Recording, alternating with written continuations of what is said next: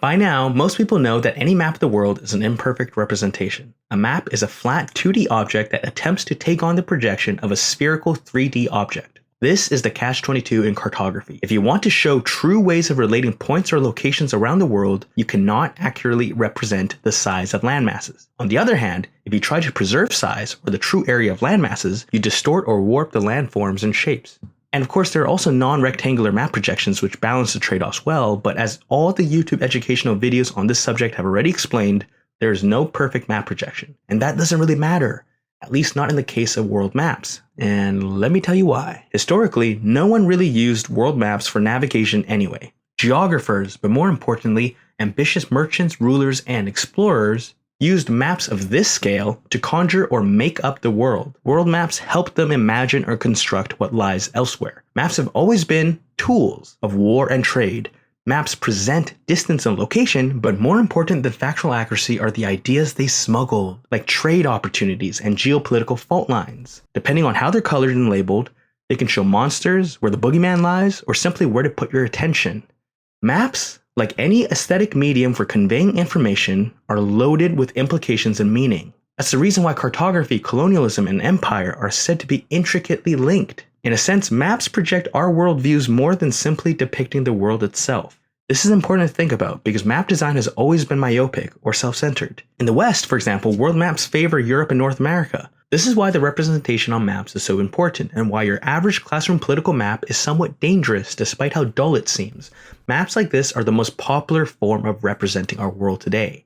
Apart from the pale blue dot photo and other satellite images of Earth, it is how kids learn to envision our world, and it is what adults memorize to flaunt their knack of geography. Of course, the world is way more complex and interesting than what is depicted on this map. There's a lot more richness and a lot more culture that is buried beneath these giant political blocks. It is the unimaginative aspect of this map that is, I think, partly responsible for killing our world softly. You see, while our planetary ecosystems are certainly in dire straits, we also now stand to lose the lion's share of cultural wisdom that has made it up to now in human history. Every 2 weeks, a language disappears with the death of its last speaker. Perhaps up to 50 to 90% of the world's languages will go functionally extinct by the next century.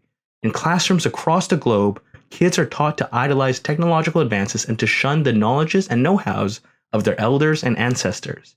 For a lack of inspiration, we're losing what makes our world rich. This is where Atlas Altera comes in.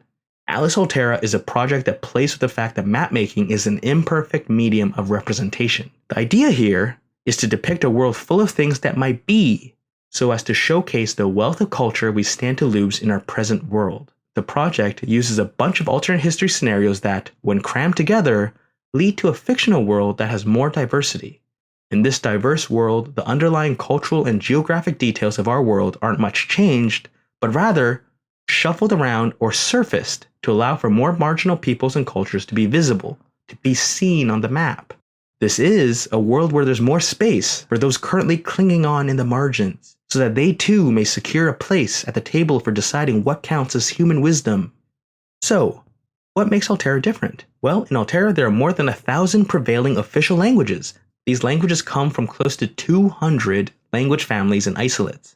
And historically more organized religions developed, forming more divergent contexts and social structures for cultures to grow in and for modernity to intersect with, creating far more cultural ironies. Beyond what we normally think of as culture, subjects ranging from sports to staple foods and drinks are also explored, if only to spice up life further. Even the wounding together of weights and measures and time itself are unraveled, leading to a handful more standardized systems. This is, in the end, a creative map project that uses maps and geographic narratives to ask people to be critical of their backdrop and imagine the possibilities of new geographic imaginaries. It is not a utopic manifesto. To think it prescribes for border changes or nationalist irredentism would be a mistake. In effect, Atlas Altera is just another projection of our world. It may have alternate history and even made up landmasses, but it is simultaneously also still recognizable. The reason for this is, like all projections, Atlas Altera renders certain aspects of the world in more focus while still keeping the other aspects of the world as we know it relatable. The irony, of course, is that the project uses fiction to surface buried realities. Maps are part of how we figure ourselves in the world. They paint our backdrops, contextualizing our lives. And if you love maps, you should dive into the world of Altera so that you might gain a newfound appreciation of what lies beneath the seemingly mundane geographies that we all know from school. And remember, no map perfectly represents the world. A map is a tool to help you imagine the world. Atlas Altera is just an invitation for you to think what it would be like to live in a world that celebrates more differences. Start with that, and you might just start learning more about our current world and all the threats it faces.